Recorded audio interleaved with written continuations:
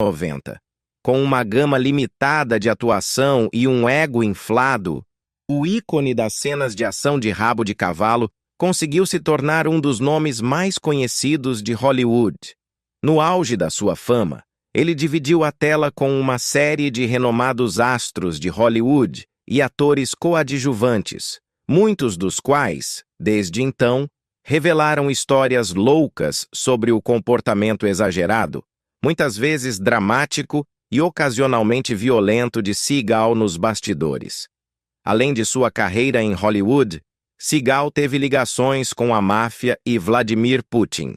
Então, vamos dar uma olhada mais de perto na ascensão de Steven Seagal, sua queda de graça e as verdades menos conhecidas que moldaram sua carreira polêmica.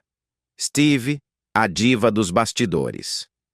Em 1992, Steven Seagal estrelou em Under Siege, um thriller recheado de ação que arrecadou mais de 150 milhões de dólares mundialmente. Avançando para 2003, ele apareceu em The Foreigner, um filme com uma classificação deplorável de 0% no Rotten Tomatoes. Mas os altos e baixos da carreira cinematográfica de Seagal mal arranham a superfície de sua jornada bizarra e maior que a vida. Se você tem acompanhado suas peripécias ao longo dos anos, sabe que há muito mais na história dele, principalmente muitos dramas desde o auge nos anos 90. Além de sua filmografia tumultuada, Seagal se envolveu em uma série de polêmicas, cruzando caminhos com figuras como Sean Connery e Vladimir Putin. Sim, esse Vladimir Putin. Ele se aventurou na TV de realidade, na aplicação da lei, em uma variedade de produtos de marca e até mesmo na carreira musical. Ele também teve encontros com a máfia e o FBI. Embora sua carreira seja frequentemente ridicularizada pelos críticos, não há como negar que Seagal vive de forma selvagem. O forte início de Seagal com Above the Law. Os anos 80 marcaram uma era de estrelas do karatê musculosas, conhecidas por dar potentes chutes circulares em uma onda de vilões de filmes B com impressionante precisão, como destaca o Hollywood Insider. Enquanto Arnold Schwarzenegger e Sylvester Stallone eram os gigantes dessa década cheia de ação, Jean-Claude Van Damme e Chuck Norris também deixaram sua marca nessa era dourada. Em 1988, Steven Seagal se juntou a esses ícones durões com Above the Law, um thriller policial no qual não só estrelou, mas também coescreveu.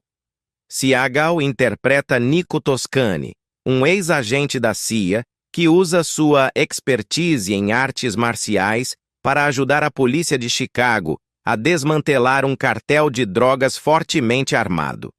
Embora Above the Law não tenha conquistado os críticos, com o Rotten Tomatoes dando uma classificação medíocre de 50%, baseada em 20 avaliações, o filme permanece como um dos mais icônicos de Seagal. Mais importante ainda, serviu como a plataforma perfeita para sua carreira, consolidando-o como um herói de ação imponente e sem rodeios. Roger Ebert chegou a dar 3 estrelas ao filme e elogiou a performance de Seagal. Seagal mais ou menos merece o destaque, escreveu Ebert, referindo-se à atenção que ele estava recebendo. Ele tem uma presença de tela forte e particular. É óbvio que ele faz muitos dos próprios truques, e algumas das sequências de luta são impressionantes e aparentemente não são falsificadas. Ele não é só um gato, também sabe ser terno e inteligente, 2 qualidades que muitas vezes faltam nos personagens de Bronson e Stallone. Under Siege é a melhor hora de Seagal.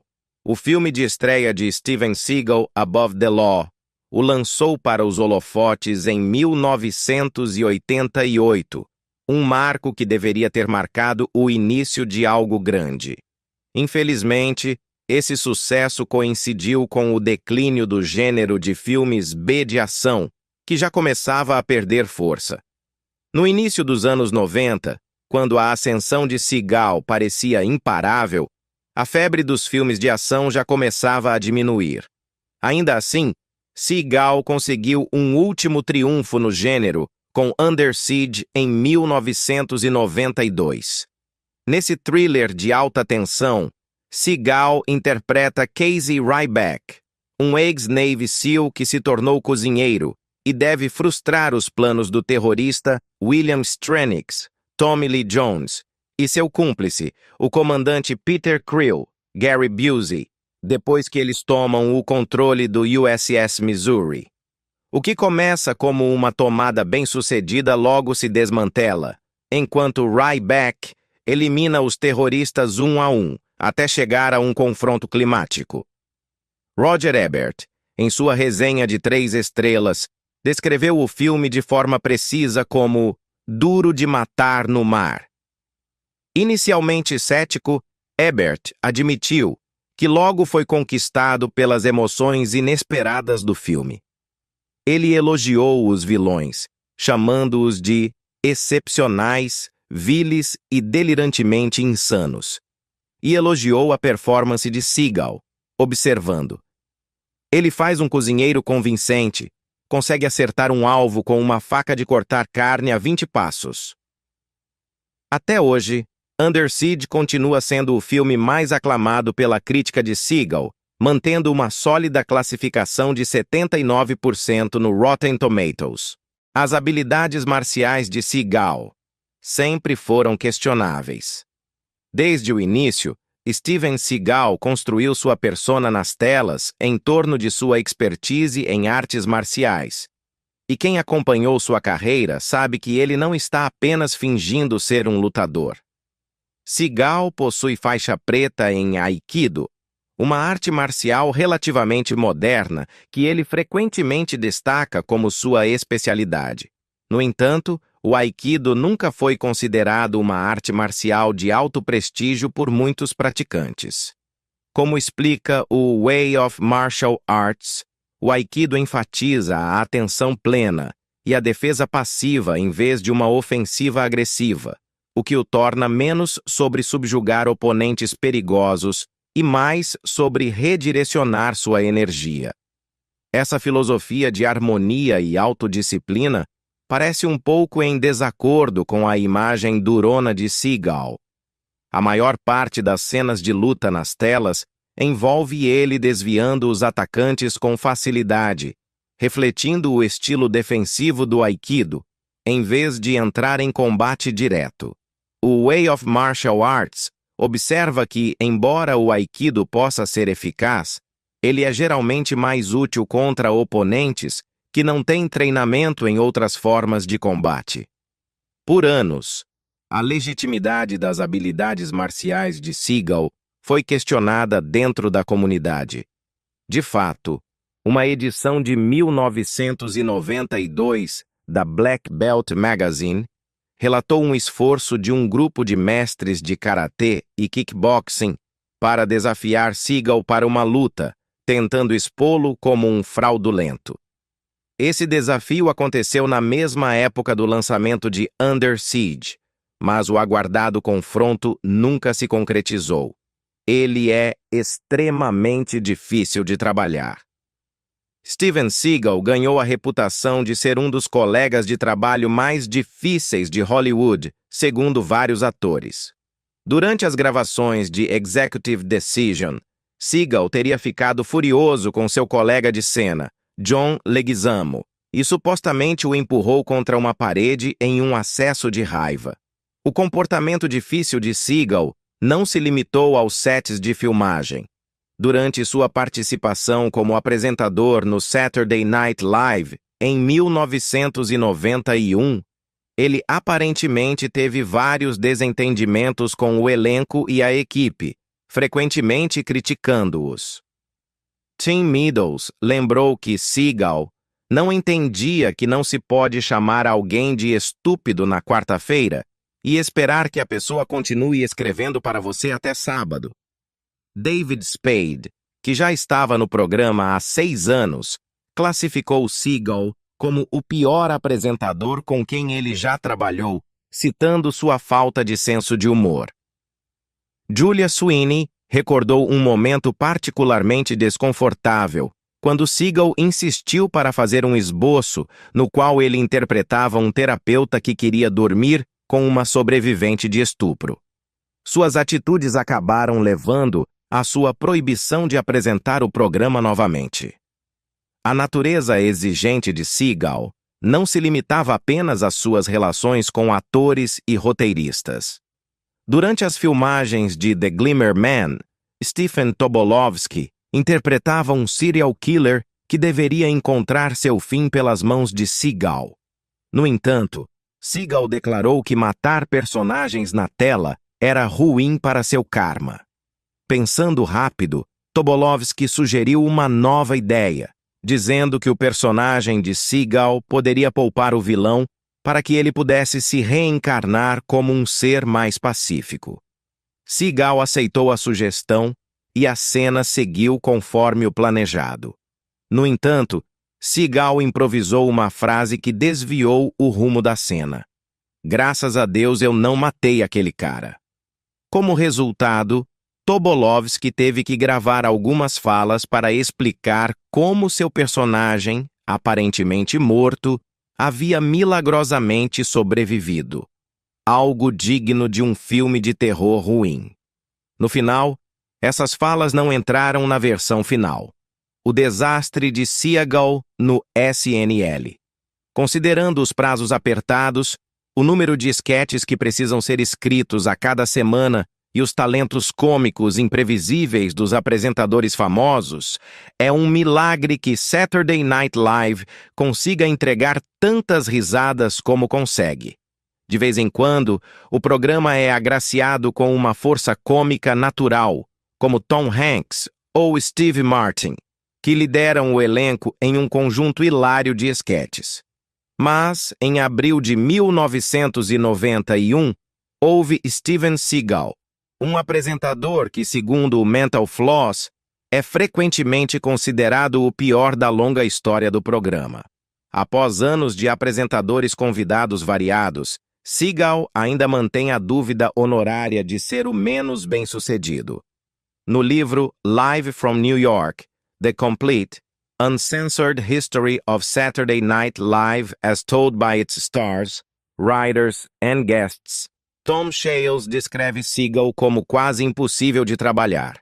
Ele rejeitou quase todas as ideias apresentadas pelos roteiristas e se recusou a participar de qualquer esquete que não o colocasse como o herói durão.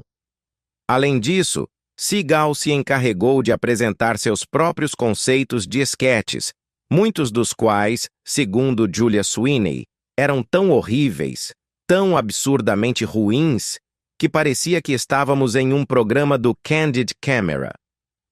Sweeney não foi a única a não se impressionar. O produtor do SNL, Lorne Michaels, mais tarde apoiou sua opinião. Quando Nicolas Cage expressou humorosamente sua preocupação sobre ser o pior apresentador que o programa já teve em um episódio de 2014, Michaels rapidamente respondeu: "Não, esse foi Steven Seagal." Seagal se volta para conteúdos direto para vídeo.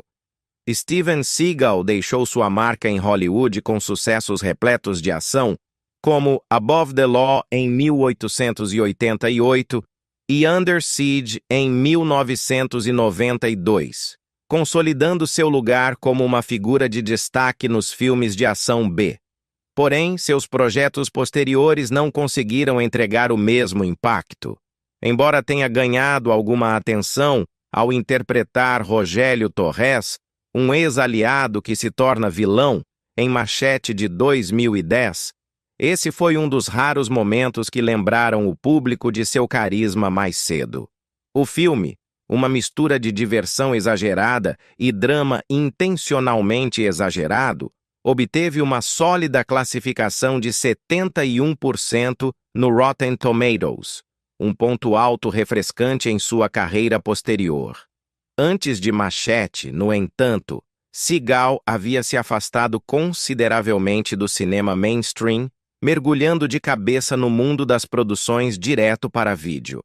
Entre 2000 e 2010, incríveis 16 de seus 24 filmes evitaram totalmente os cinemas, encontrando seu público em DVDs e serviços de vídeo sob demanda.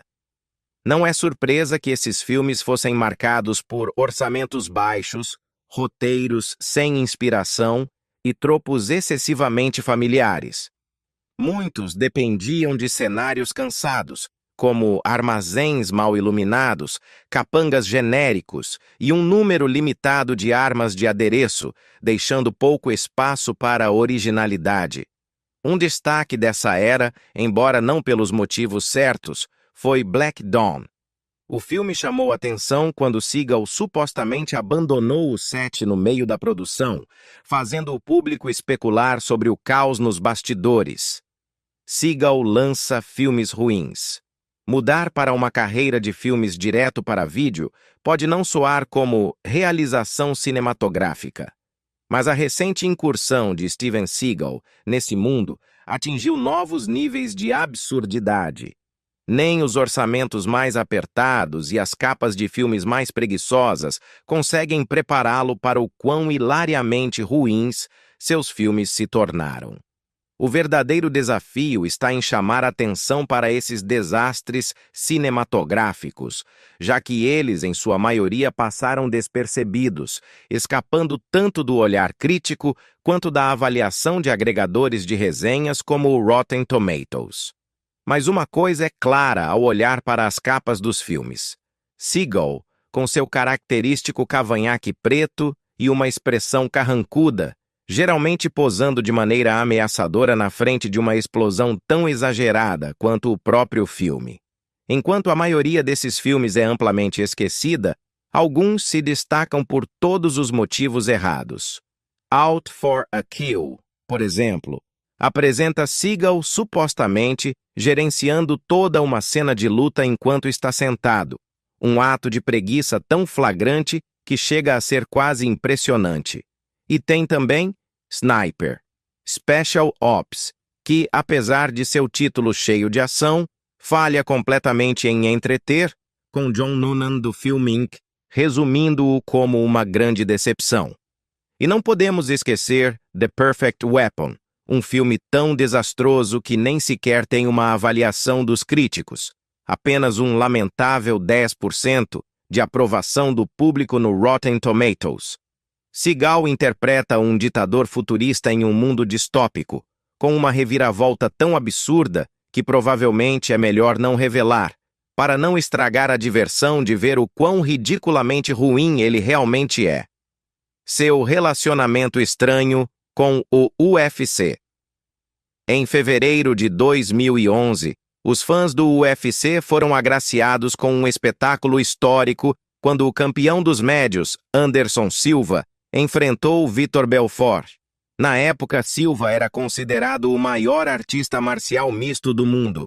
Durante o primeiro round, Silva deu um impressionante chute frontal no rosto de Belfort, nocauteando-o e garantindo um dos momentos mais inesquecíveis da história do UFC.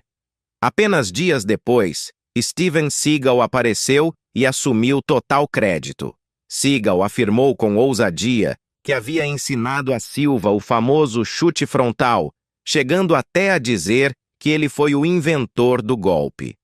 Embora muitos tenham duvidado de sua afirmação exagerada, era verdade que Seagal estava no canto de Silva naquela noite. O padrão se repetiu quando, em eventos posteriores, Lyoto Machida nocauteou o lendário Randy Couture com um chute de grua direto de Karate Kid. Seagal novamente aproveitou o momento, se vangloriando de sua influência na técnica de Machida durante uma aparição no Jimmy Kimmel Live. Inicialmente, Silva entrou na brincadeira, mas não demorou para esclarecer a situação. Seagal é um bom homem, explicou Silva. Não é treinador, não me treina. Ele é um bom homem. Ele é uma boa pessoa. Só isso. Outros lutadores, no entanto, não foram tão gentis. Quando Seagal tentou oferecer seu conselho nos bastidores do UFC 135 ao campeão dos meio-pesados John Jones, foi imediatamente rejeitado. Ronda Rousey foi ainda mais direta, dizendo que poderia quebrar a cara do ator. Seagal também desafiou o ex-campeão 2 vezes Randy Couture para uma luta, mas, quando perguntado sobre o possível confronto, Couture respondeu com sarcasmo, dizendo que não estava surpreso que Seagal quisesse lutar em um local privado e remoto onde ninguém pudesse ver. Steven Seagal versus James Bond. Steven Seagal construiu uma reputação como coreógrafo de lutas, com a maior parte de seu trabalho aparecendo em seus próprios filmes de ação. Mas no início dos anos 1980, ele assumiu um papel diferente, trabalhando no filme de James Bond Nunca Diga Nunca Mais, onde foi contratado para ensinar artes marciais a ninguém menos que Sean Connery.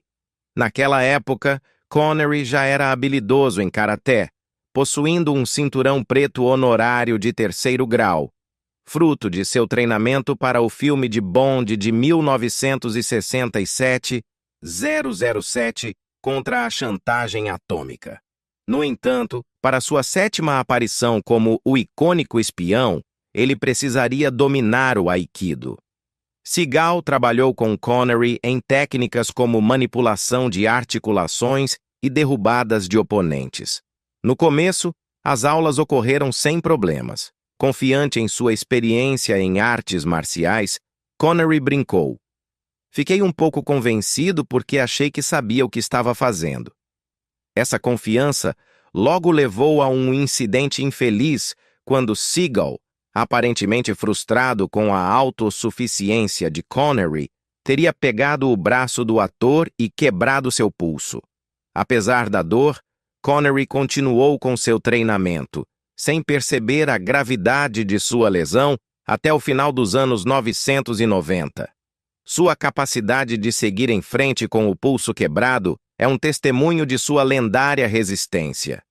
Seagal, por sua vez, nunca foi alguém que se esquivasse da dor. No set de seu filme de estreia, Above the Law, o ator Henry Silva quebrou acidentalmente o nariz de Seagal com um soco desajeitado. Fiel ao seu estilo, Seagal passou a noite colocando gelo no rosto para poder voltar a filmar no dia seguinte, mostrando o quanto estava dedicado ao seu trabalho. Steven Seagal versus a sujeirada. Durante seu auge, Steven Seagal foi a maior estrela de artes marciais de Hollywood, mas suas habilidades de luta na vida real sempre foram um tema controverso. Seagal possui um cinturão preto de 7º Dan em Aikido, uma disciplina focada em chaves de articulação e redirecionamento do momentum do oponente. Ele fez história como o primeiro americano a ensinar Aikido no Japão, ganhando reconhecimento significativo por sua especialização. Apesar disso, muitos especialistas em artes marciais argumentam que o Aikido é amplamente ineficaz para a defesa pessoal no mundo real.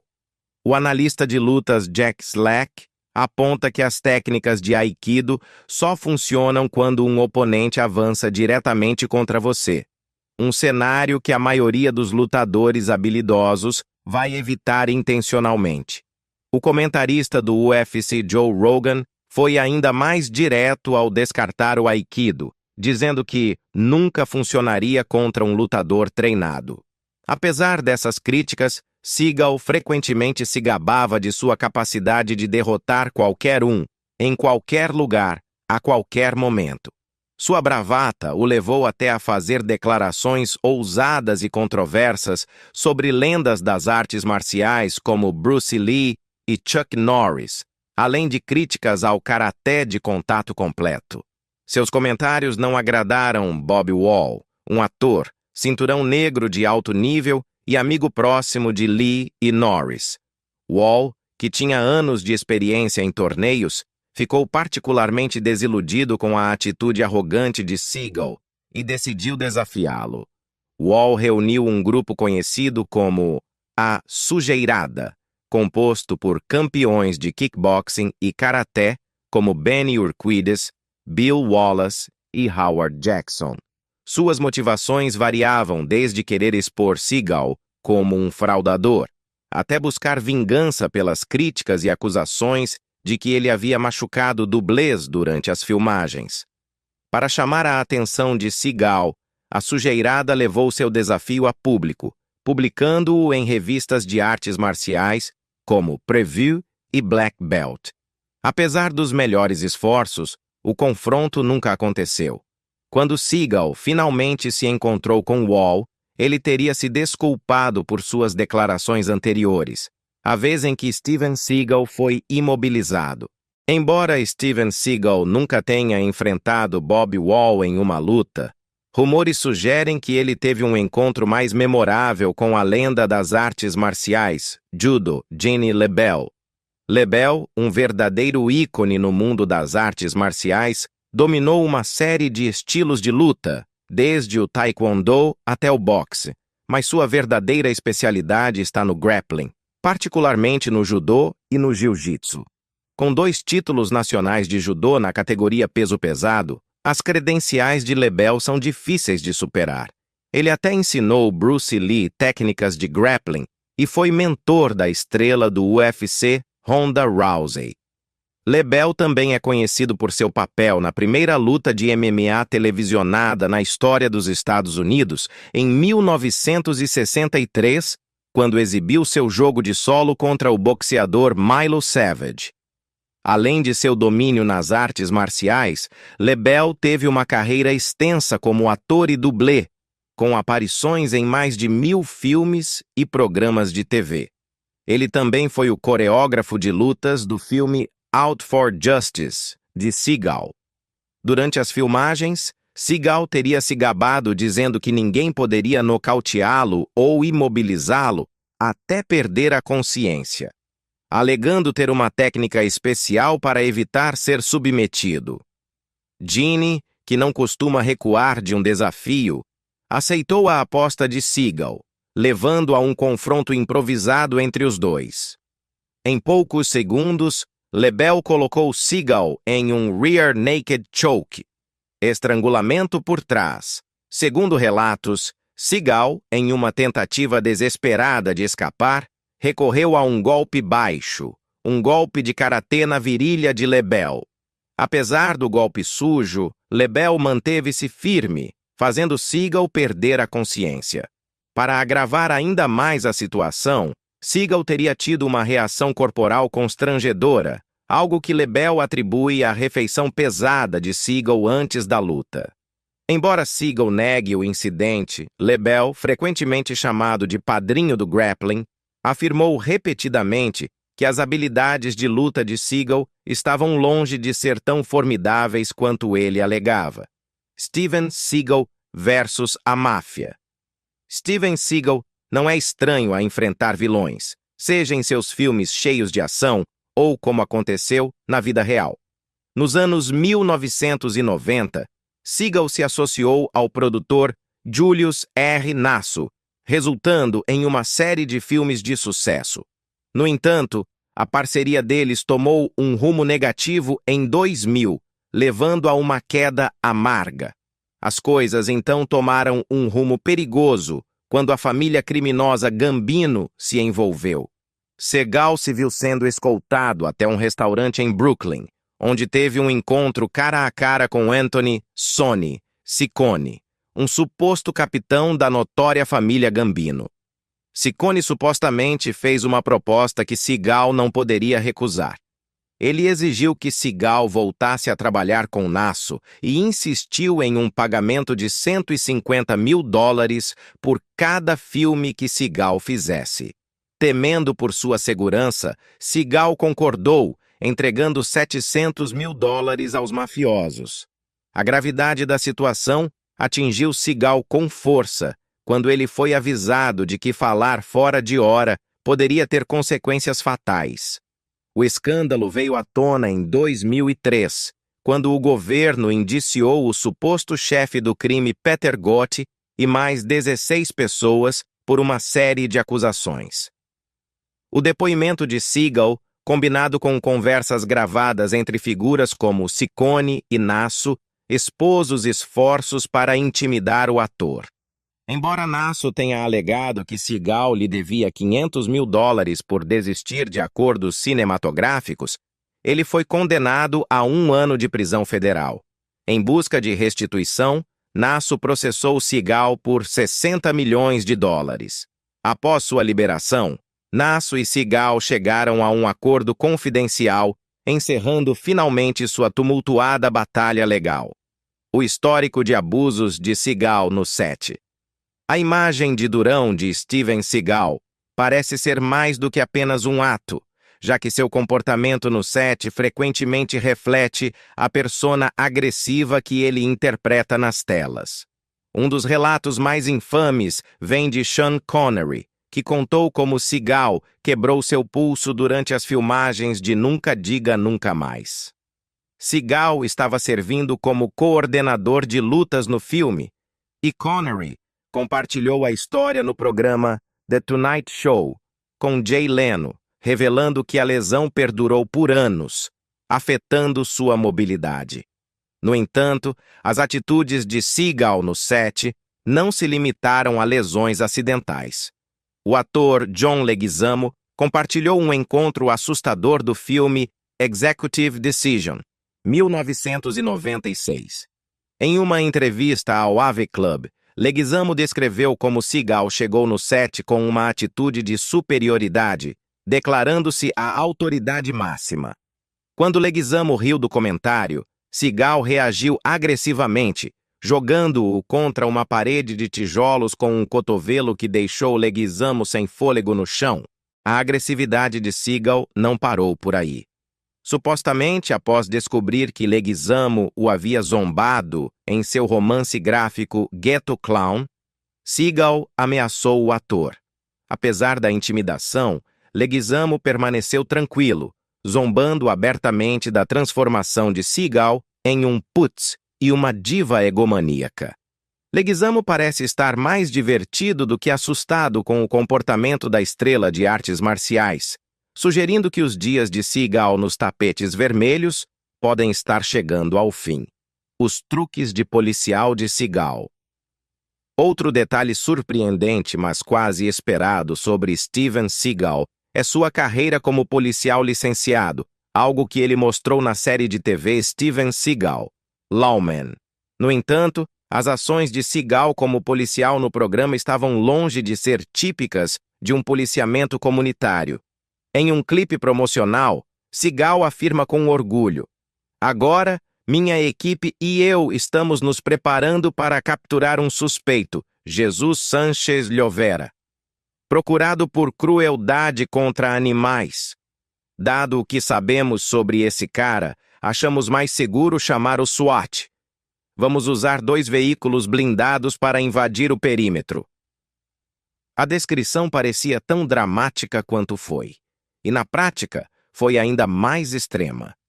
De acordo com um processo movido pela família Llovera, a incursão dramática de Seagal envolveu um pelotão de oficiais do SWAT em trajes completos de combate, invadindo a residência dos Llovera. Durante a operação, mais de 100 galinhas, que supostamente eram o foco do resgate, foram inadvertidamente mortas, enquanto os outros animais fugiram em pânico. Tragicamente, o filhote da família Llovera também foi morto no caos. Buscando uma indenização de $100 mil, a família exigiu não apenas uma compensação, mas também uma desculpa formal de Seagal para seus filhos pela perda do membro querido da família, um animal de estimação de 11 meses. As acusações de assédio sexual contra Seagal. Em 2002, a atriz Rachel Grant, conhecida por seu papel como Bond Girl em Die Another Day, acusou Steven Seagal de puxar seu top à força e tentar empurrá-la para sua cama em um quarto de hotel. Ela afirmou que, depois de rejeitar seus avanços, foi negada ao papel pelo qual estava fazendo audição no filme Out for a Kill. Jenny McCarthy, também relatou um encontro perturbador durante sua audição para Under Siege 2. Em uma entrevista para o Movie Line, McCarthy afirmou que Seagal a instruiu a se despir e, quando ela recusou, a agarrou e exigiu que ela permanecesse em silêncio. Em 2010, o TMZ reportou que Seagal foi processado por Kaden Nguyen, que o acusou de tentar tocá-la repetidamente e de drogá-la sem consentimento. Ela também alegou que Seagal estava envolvido em tráfico sexual, dizendo que ele se cercava de jovens mulheres russas que atendiam a todas as suas necessidades. Outro artigo do TMZ revelou o padrão perturbador de Seagal de convidar mulheres para sua casa sob o pretexto de discutir papéis de filmes, apenas para fazer avanços sexuais indesejados. Blair Robinson compartilhou uma experiência semelhante, dizendo que fugiu depois que Seagal sugeriu que ambos se engajassem em massagens mútuas. O apoio de Seagal a Putin. Em fevereiro de 2022, a invasão da Ucrânia pela Rússia provocou uma condenação internacional generalizada. No entanto, apesar da reação global e das sanções, a Rússia encontrou um aliado inesperado em Steven Seagal. O ator, mais conhecido por seus papéis em filmes de ação como Under Siege, há muito tempo mantinha uma conexão controversa com o presidente russo Vladimir Putin. Os laços de Seagal com o Kremlin remontam a anos, e embora rumores tenham circulado sobre seu envolvimento físico no conflito no leste da Ucrânia, esses boatos foram desmentidos. No entanto, seu apoio vocal a Putin parecia crescer mais forte após a invasão. Em abril de 2022, Seagal apareceu em um vídeo fazendo um discurso para altos oficiais russos.